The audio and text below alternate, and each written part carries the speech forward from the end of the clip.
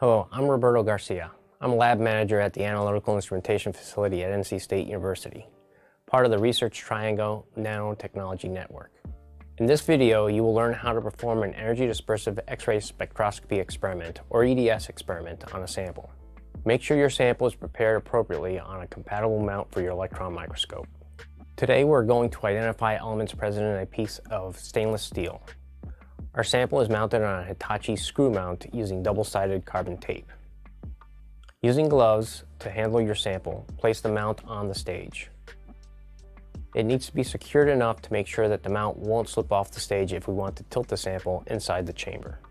Today we will be performing our EDS experiment on a Hitachi S3200 variable pressure scanning electron microscope, or SEM.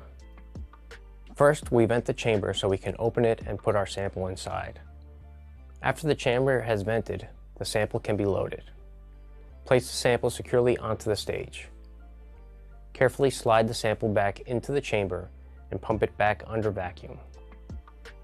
Once the chamber reaches appropriate pressure, turn on the high voltage, or HV, to turn on the electron beam.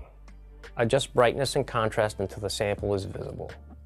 Find the region of interest and bring it into focus at your desired magnification and working distance. Working distance is the distance between the sample and the pole piece, or where the beam exits the electron column. The optimal working distance for EDS experiments will be different for each different microscope. It is critical to focus and align the beam at this working distance for a good EDS experiment. For our setup, working distance should be around 18 millimeters.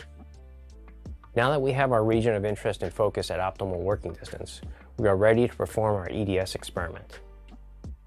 To start our experiment, we must insert the X-ray detector, or EDS detector.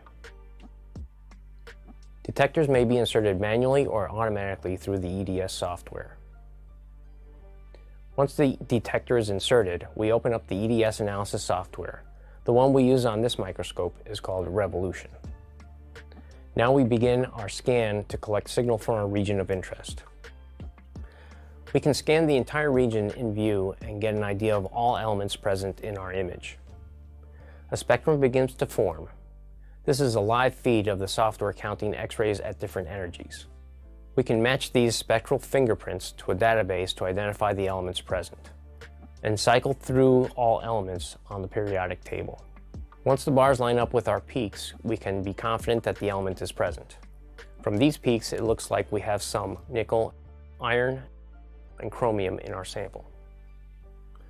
We can also collect signal from a very specific region or feature using localized signal collections like line scans or smaller area scans. Let's try a small area scan on this region here. Draw a box around the region of interest. Now the software will collect signal from this area alone. These types of localized scans are useful for determining the composition of a particular feature. Some samples may have varying elemental compositions in different areas. Since we have identified the elements present in our region of interest, our experiment is complete. We can turn the beam off and remove our sample now.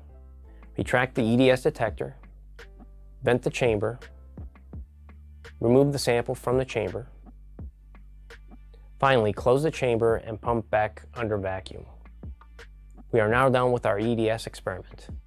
Because EDS is a non-destructive technique, we can save our sample and come back anytime to replicate our experiment or try other conditions.